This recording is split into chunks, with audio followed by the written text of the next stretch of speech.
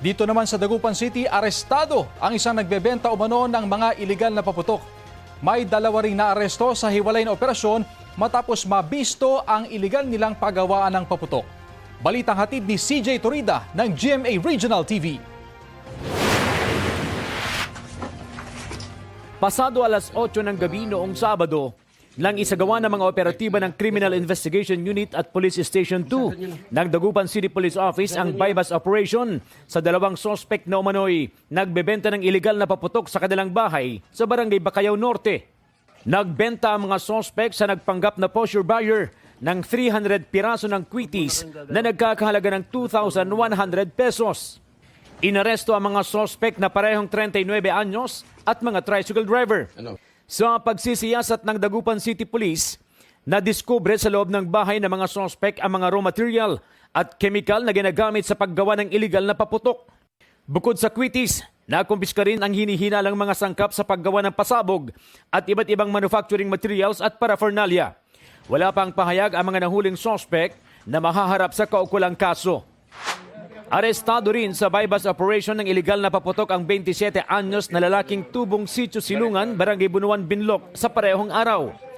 Nakumpiska sa sospek ang isang piraso ng super dark bomb, plapla, 6 na piraso ng whistle bomb jumbo, 8 C2 bomb, 8 small dark bomb at isang dynamite. Mahaharap ang sospek sa kasong paglabag sa RA 7183 o firecracker law. Sinisikap ng GMA Regional TV 1 North Central Luzon na makuhanan ng pahayag ang sospek. CJ Torida ng GMA Regional TV, nagbabalita para sa GMA Integrated News. Ito ang GMA Regional TV News. Balita sa Visayas at Mindanao mula sa GMA Regional TV. Nauwi sa trahedya ang biyahe pauwi ng isang grupong nagsasalo-salo sa Cagayan de Oro City. Cecil, anong nangyari? Rafi, 4 ang patay matapos mahulog sa bangin ang sinasakyan nilang SUV. Sugatan naman ang driver na chief tanod ng Barangay Mambuaya. Batay sa investigasyon, galing sila sa year-end evaluation and assessment ng Barangay Peacekeeping Action Team.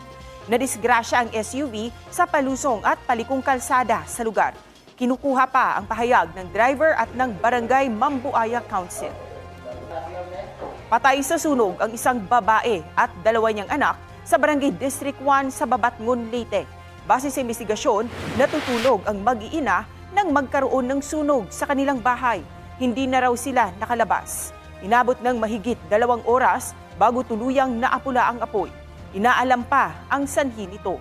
Sa Barili naman, dito sa Cebu, nasunog ang ilang tindahan ng paputok nang may magsindi ng triangle at naihagis sa nakadisplay na Judas Belt. Ayon sa investigasyon, may 2 lalaking bumili ng paputok at doon ito sinindihan. Kahapon, nadakip ang isa sa 2 na responsable sa insidente.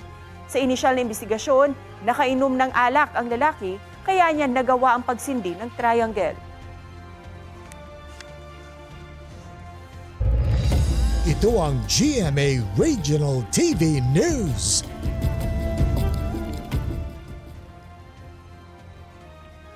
Patay ang isang motorcycle rider na bumangga sa isang multicab sa Gimbal, Iloilo.